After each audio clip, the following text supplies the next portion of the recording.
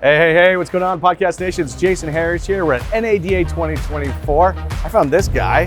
Hey, Scott, what's going on? Good Scott's with Serve Holding.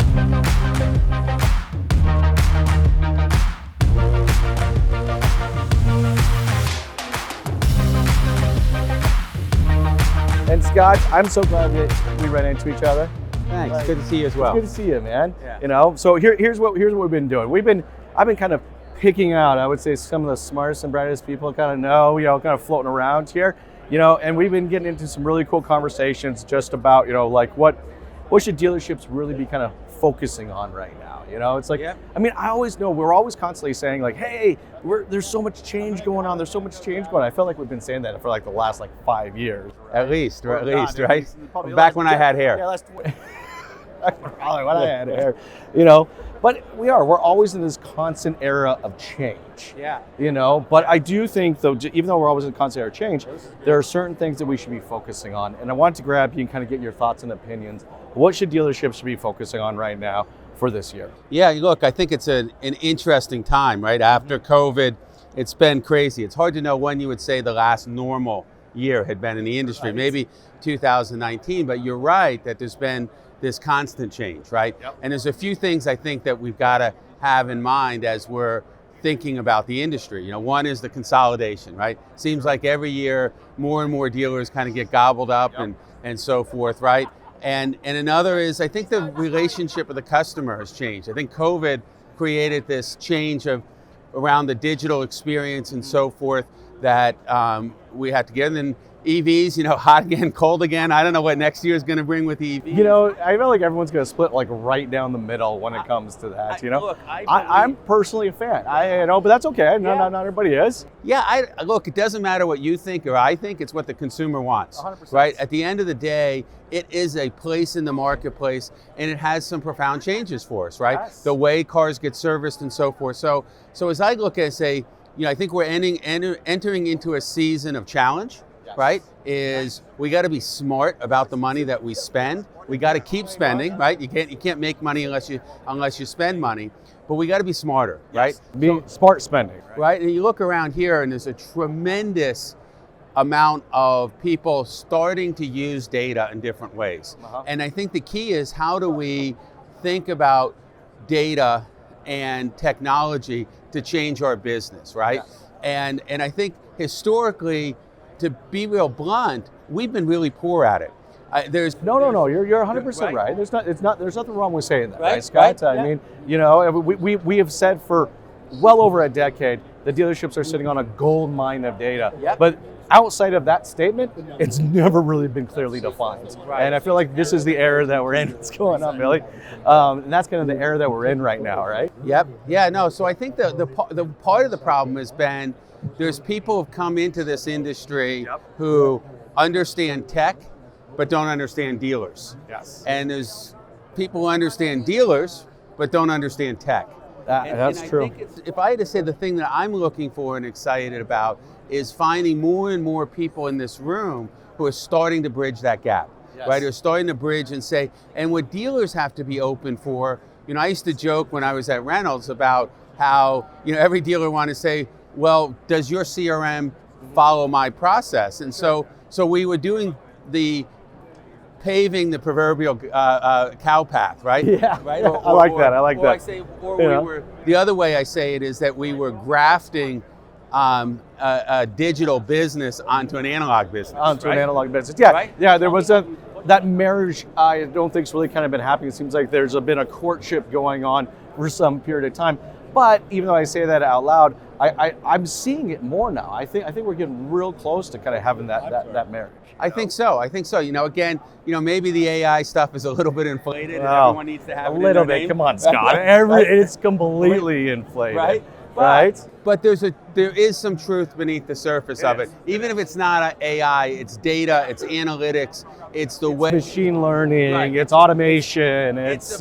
One of the vendors I was talking to, I'll let them remain nameless, they said, well, AI is really a philosophy, right? Which I thought was, I don't remember it as a philosophy. Sorry, I know I should be laughing. It's a philosophy, is it? Okay, I didn't know that. Okay, all right. it's some level that's absurd, but at some level there's a truth behind it, right? I think the fact is that we're all looking for ways that we can be smarter, right? Yeah. But I think the other thing that always excites me about technology is not losing the connectivity to the person. There's certain things that machines do better than people, but there's an awful lot of things that people do better than machines. Well, and I think that's where I'm beginning to see that marriage, right? Yeah. It's the connection of data, people, and process. Yes. Right? And it's just like that marriage is, or that stew is really become to full boil, I think, and I think it's really cool. Here's what I think is really cool, is that the dealers are thirsty for it. They are. You know what they are. I mean, one of the coolest things, I hate to identify anything cool thing around COVID, but one of the things is that they learn that they need to be way more efficient in the dollars that they're spending, and the marketing that they're putting out there, and they're looking at all of this opportunity and how to utilize this data, but also integrating this data from all these different places. You're reducing spend, you're reducing waste, ad waste, right? And you're getting way better engagement and results. Agreed. It is that if we can take use technology to take the friction out and allow the people part of this business back into it, right? Is that I think to some extent we got away, some by necessity during COVID, but we got away from that, the importance of the relationship with the end consumer, right? And now that we have an opportunity to start to use technology, take all the crap away, simplify things so that we still get back to the people-to-people thing. Because that's what's going to keep the consumer coming back. Take the friction out with technology, train your people to take care of the customer and to understand what each individual is different. What you think about and like about a car or like about your car experience different than mine. Yes. Right? Well, and the cool thing is now having the people, those processes, and those technologies to be able to cater to each and every individual's needs. To me, and I'd love to get your thoughts on it. I'm 100% convinced that the sales process is dead. Like, it is just dead. It's now a buying process that that the customers can throttle up, throttle down, and decide from a speed perspective how they want to kind of approach it.